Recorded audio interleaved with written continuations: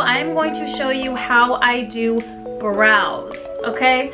I will be honest, I don't do my own brows like this every day. I feel like I've kind of always had hairy brows, so sometimes it's as simple as just combing brow gel through them. But I am a makeup artist. I see all kinds of different brows every single day, and I wanted to show you how I approach a brow from scratch, and basically what my brow routine typically is when I work with clients. So if you want to see how I do brows, go ahead and keep on watching. Okay, so I like to start with a completely clean face and do brows first. And the first thing I do when I approach a face is just comb the brows and see what we're kind of naturally working with.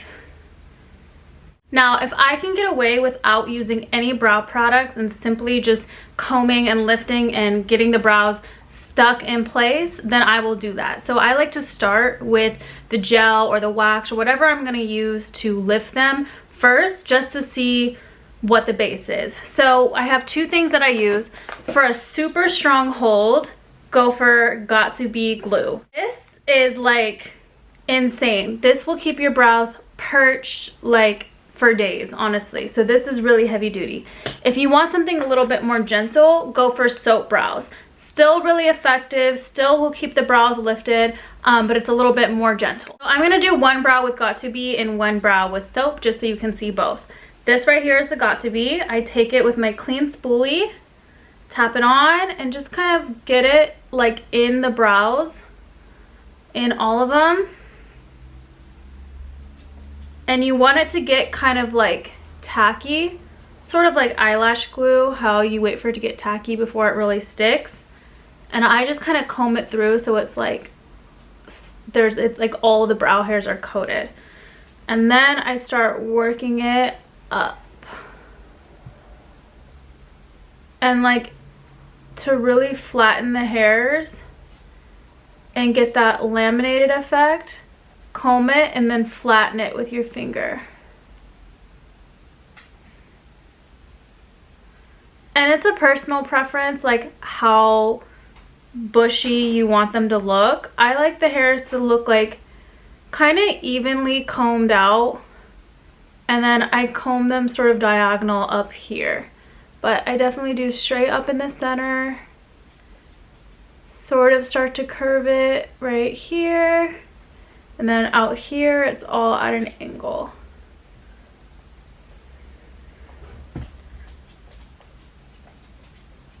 And I can do this all day. I feel like this area is kind of tricky to perfect, because it's like right where you want it to start going from straight to sort of diagonal. So that little bit takes me the longest to kind of get a cohesive sort of pattern that I feel good about. That's sort of the idea. And once you have them all up, you just take your spoolie and you go to the very top edge and you just shoom. I might have done it a little too much down.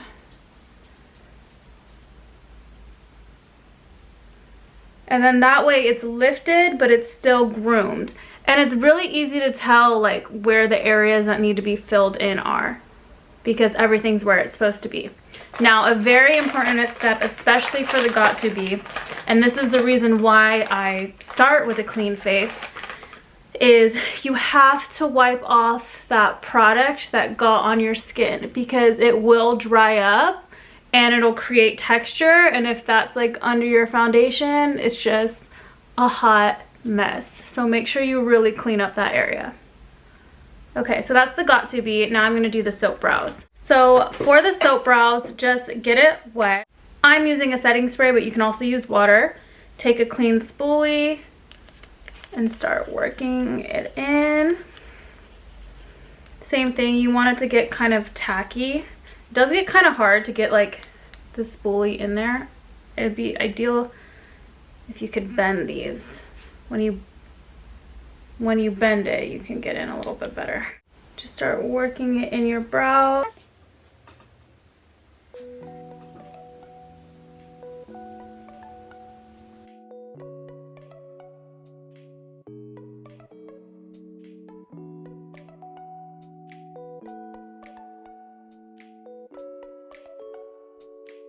As you can see, like these center hairs are really hard to lay flat, and I think they're easier to get with the Got2b, but with the soap you just gotta kind of keep working it out. There we go. Same, and the soap is the same thing. It takes a little while to get to that like level of tackiness where it really holds. So just be patient and wait till like you start to see it really stick. My dog always wants to be so active when I'm recording audio. Okay.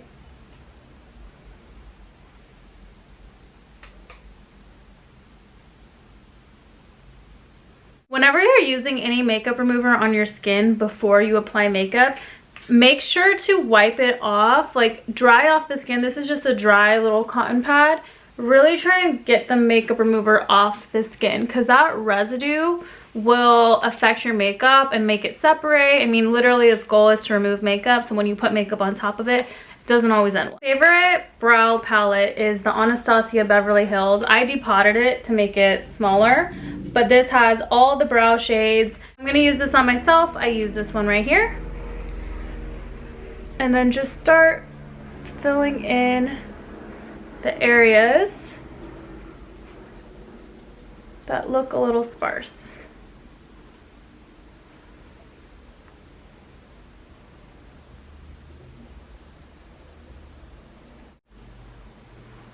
So, right, that looks crazy, but we are not done. Micellar water, a Q-tip, go like that. This works better with pointed Q-tips, but I'm just using a regular one. Make sure you do one wet, one dry. You can clean up that top a little bit.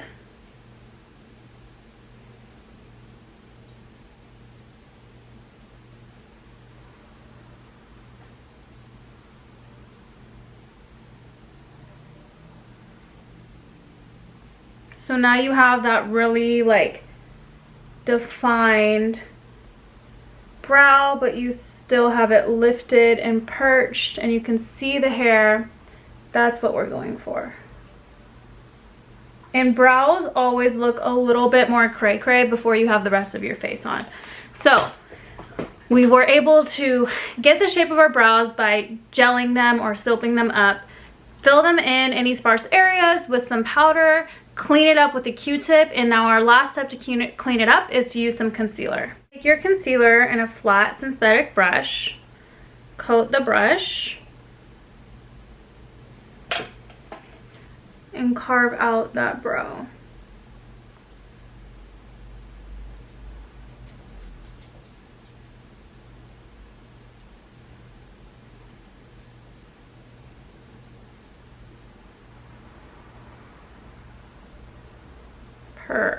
You can take some up top as well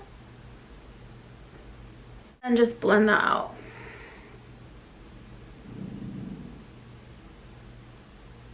You can also take a little bit in the center to kind of soften up that bit right there.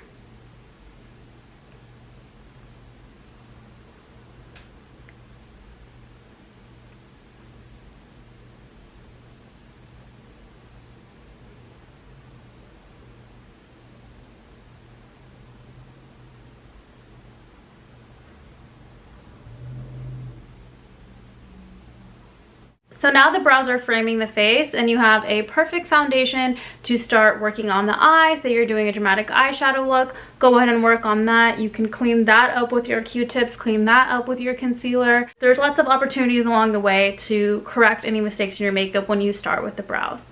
I'm going to finish the rest of my face, and you will see how these brows look with a completed face of makeup.